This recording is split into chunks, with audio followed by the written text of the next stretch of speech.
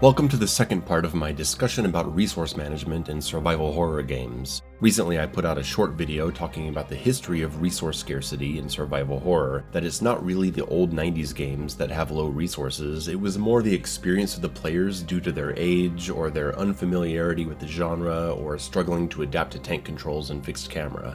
But I'd like to add to the topic by discussing the importance of that resource scarcity and the inherent contradiction at the core of survival horror's design, which applies to other survival type experiences as well.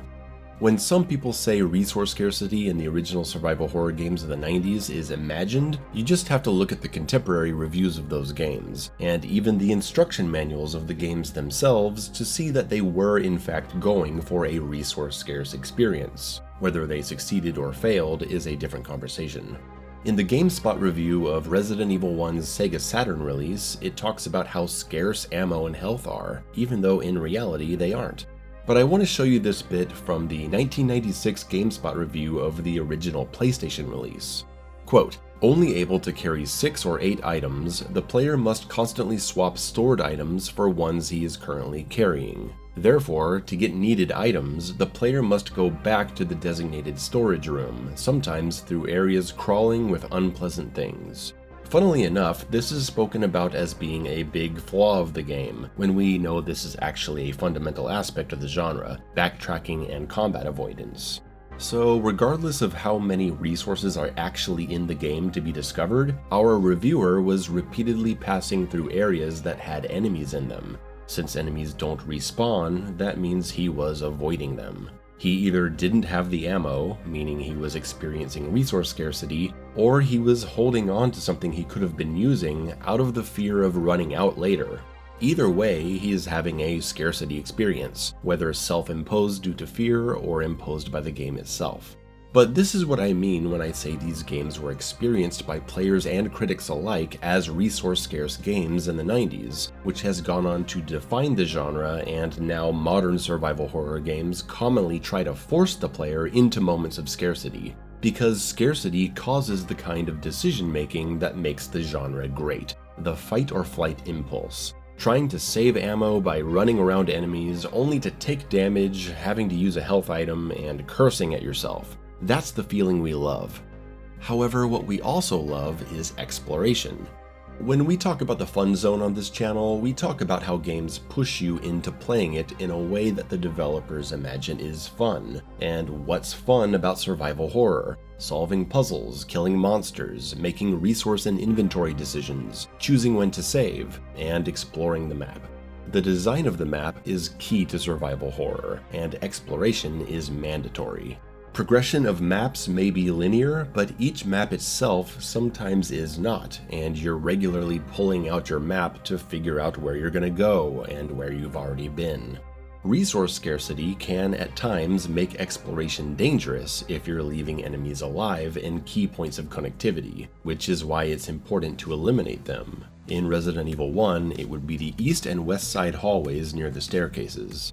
Exploration is fun. You have to explore to find puzzle solutions and keys to progress. But the designers also want to reward exploration with resources, and that's where this quote-unquote contradiction comes into play. The nail-biting survival experience depends greatly on the feeling, real or imaginary, that you need to hold on to what you have, that a single mistake could put you in a horrible situation or even send you back 20 minutes to your last save. This exciting experience is undercut by rewarding and satisfactory exploration. If you're really good at exploring, which is part of the fun, you could end up with so many bullets and healing items that every room and boss fight is a breeze, and now it's an action game. And if we're talking about 90s to 2000s survival horror, not a very good action game, because they weren't designed around smooth controls and smart AI. Action is a big part of these games though. We don't just play them to run away, we play them to line up a bunch of zombies and blow their heads off. They wouldn't reward us with infinite rocket launchers and chainsaws for speedrun completions if this weren't the case. So this contradiction has to be balanced in a way so that there's a push and pull. Smart exploration is rewarded with the resources needed to survive, but not to make you feel so powerful you can take on everything you see. That's my view at least. And this is by far the hardest thing to get right in a survival horror game. If you put so many resources in points of exploration, those who are best at exploring could break the survival aspect. If you don't put enough, those who don't check every nook and cranny could end up incredibly frustrated or discouraged, even soft-locked, unable to pass a boss fight. People play these games differently, and they aren't balanced to accommodate for that. They were the first of their kind.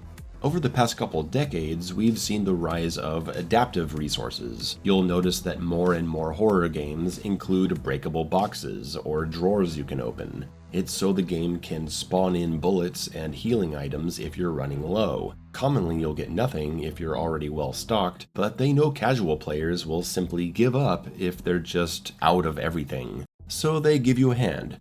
I'm not against this in principle. I think it's smart. I don't necessarily enjoy having to play the next half hour perfectly because I have no healing items, but I also don't want to be able to play like absolute ass and get away with it. Again, it's a balance, and one that's hard to get right. At a minimum, you need to adjust it across various difficulty levels. That's something we made sure to do in Total Chaos. The item spawn rate is much lower on Survivalist difficulty, and the game stops reading what you need and just gives you what it wants to give you. I'm not saying we got it perfect for everyone, and I would have loved to have seen other difficulty settings, but I don't make those decisions. Every survival horror developer struggles to get the resource scarcity right, and fans will disagree on which ones do depending on what difficulty they select first and their level of skill, which is aiming, exploring, route planning, decisions on who to fight, and decisions on what to keep in your inventory. I think now that we're 30 years removed from the official start of the genre, developers have to keep in mind that people already know what to do and how to think. They have to offer a range of difficulty settings that go beyond easy, normal, and hard. If Chronos: The New Dawn is gonna update to include a tourist mode for people who suck, why is there no inclusion of an extreme difficulty that cuts resource spawns in half with no resource type adaptation to the guns you're holding? A higher difficulty for the fans that replay the game and promote it the most. Why do very few survival horror games include modifiers to increase the pressure of starvation and enemy deadliness?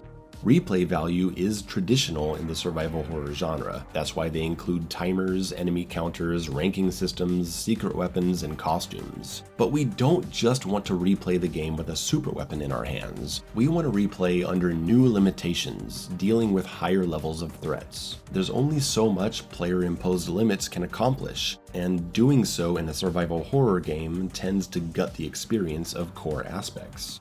This is all one long-winded way of me saying, give us an extreme difficulty for Chronos, please, and if Resident Evil 9 doesn't have me feeling desperate to survive, I'm gonna be pissed. Like and subscribe, donate on Patreon if you want, share this with a buddy that loves survival horror, and I'll talk to you later.